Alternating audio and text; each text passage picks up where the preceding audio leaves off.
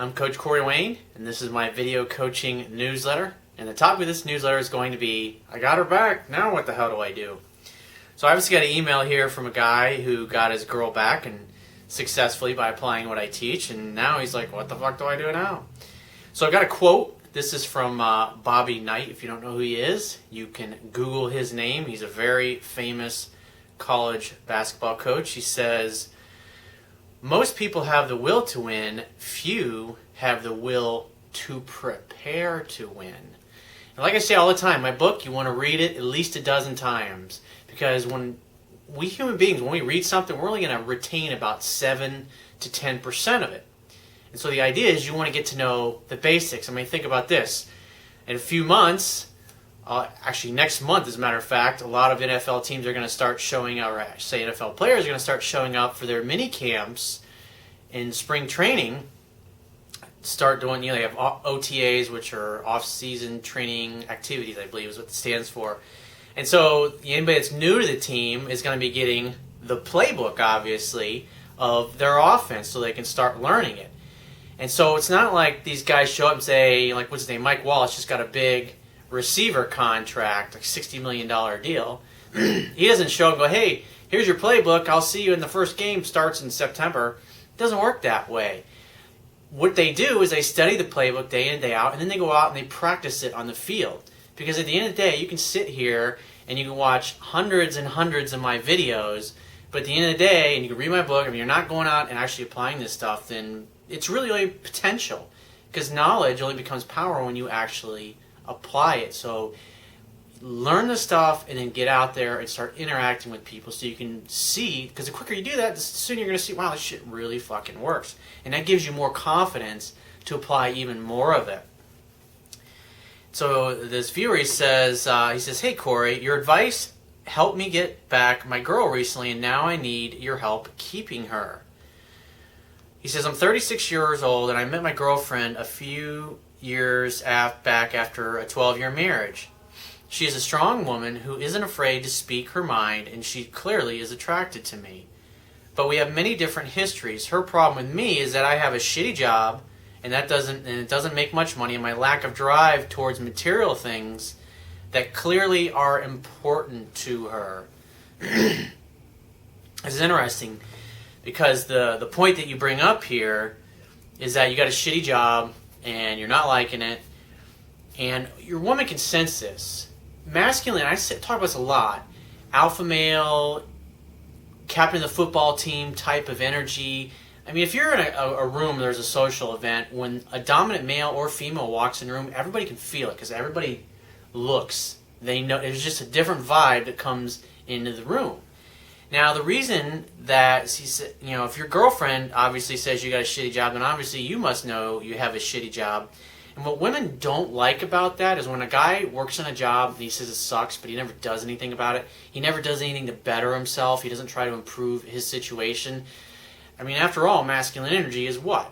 Purpose, drive, mission, succeeding, accomplishing, breaking through barriers. And in this particular case, you're working a shitty job and you're not really into it. And so you're not completely 100% committed. You don't have an emotionally compelling vision. You're not on an emotionally compelling mission for your life, because you're working a crappy job that pays the bills and you don't have much ambition outside of that.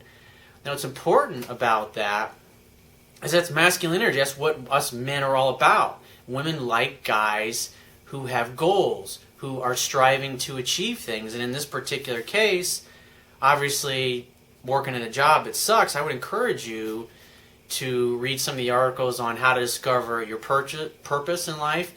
And you may want to think about, if you're trying to figure out what your purpose is in life, or your job sucks, or your career sucks, or you feel it's kind of like dead end, you're not really excited at, and you want to figure out maybe what the next chapter of your life is, I highly encourage you to go to my website right now, click the products tab at the top of your screen, and book a paid phone coaching session with me so I can help you discover what this is. Because in your particular case, because this is going to constantly, if you stay with this, not only this girl, but any other girl, this is going to be an issue for you if you don't address your job situation. Because you're not excited. It's like, in essence, you're not really living at your full potential. And it's going to make a woman feel uneasy. It's going to make her feel like she can't trust your masculine core. She wants to see you alive and excited and enthusiastic about your mission. And really, it's like you don't really have a mission. You're just kind of a dude that goes, you work a job, you collect a paycheck, and you come home.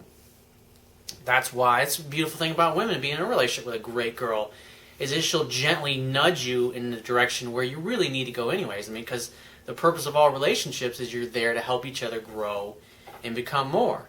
And obviously, if it's obvious to her that you're not living up to your full potential as a man as far as your mission and purpose goes in life, then obviously not only should it be obvious to you, but probably everybody else around you. He says, she dumped me a few months ago after chasing her for a few weeks and not getting anywhere. I followed your advice and started seeing other women. In fact, I met a hot 21-year-old as soon as she found out. She started chasing me again. And that's why I talk about it. The idea is you don't rub it into her face. You just go about your life. And if the girl, she says, what about these other women that you're dating? It's like, well, they're all pretty awesome, but sweetheart, obviously they're not as awesome as you are. Hey, when are you free to get together? We should catch up. Let's meet up for a drink. If she calls you or you run into her and she said, boom, make a date. Just go right in on the spot. The idea is that women find you more attractive when you have options with other women. And women want to feel, they're okay with that, but you don't want to be rubbing other chicks in her face and basically saying, oh, this girl's got a better body than you, or she's better looking, or she's got a better attitude. Like, that's not going to go over very well if you do that. The idea is just very matter-of-factly, a man who perceives himself as a catch and that he has lots of options in life, if a woman is not giving him what it is he wants, he's simply going to go and create that with somebody else, matter-of-factly. Not because he's got to brag about her, because he's got to rub a chick in her face. He's just going to go about it. And if she brings it up, obviously, she realizes that hot 21, younger, more beautiful woman, that's going to make any girl take notice and go, maybe I shouldn't have broken up with this guy. Maybe, and it's like, because we tend to look, men and women both, we tend to look through rose-colored glasses at the past, and so as the weeks go by, after a breakup, and things like this happen, she hears about girls that you're hooking up or whatever, and the best thing is to you don't really need to say anything. It's put yourself in a position where her imagination kind of fills in all the blanks, so it actually works to your favor to be kind of vague when it comes to talking about other women that you're dating, but just make it a point when because what she's looking to hear is that she's more special than the rest of the girls. She doesn't, because where you run the danger is when you start rubbing another woman in her face and you make her feel like, you're just trying to hook up and get a piece of ass until you find the next great love of your life. If a woman senses that, it's going to turn her off and piss her off in some cases and cause her to back away. And it's going to be counterproductive to what you're trying to do, because at the end of the day, you're trying to get the girl back. You're not trying to create unnecessary drama and problems. So he says, to make a long story short, this is after she found out about the hot 21-year-old.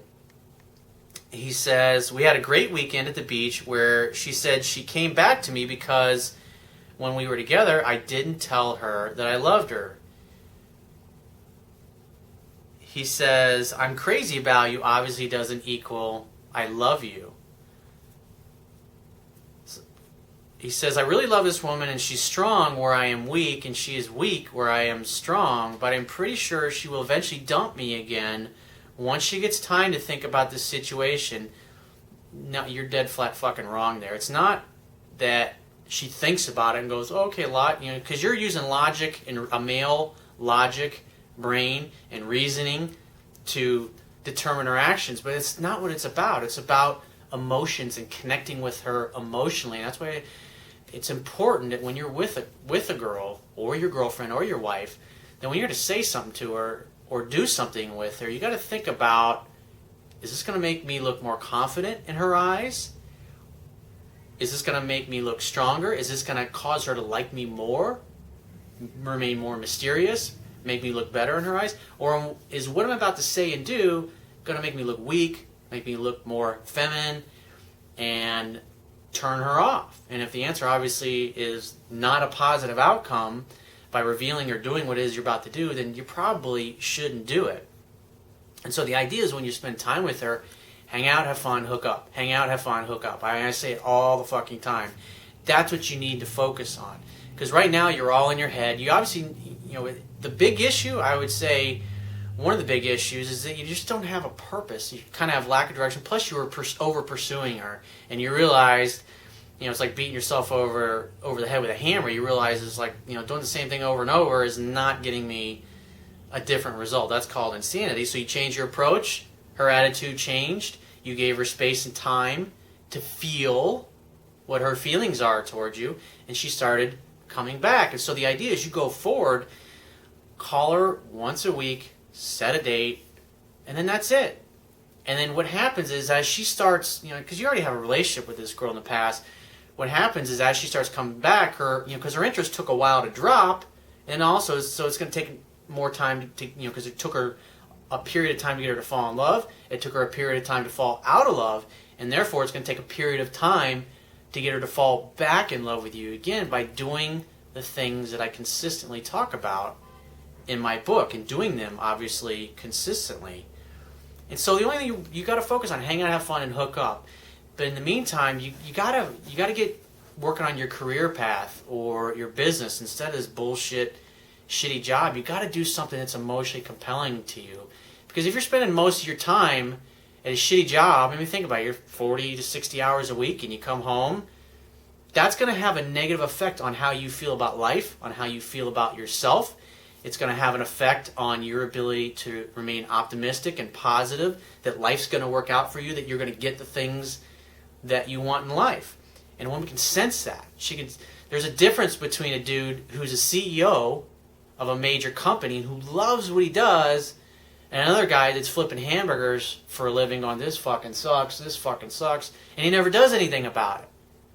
A guy that's flipping hamburgers for if you're working a shitty job, your attitude should be, hey, this is a means to an end, and this is a stepping stone to get a better job.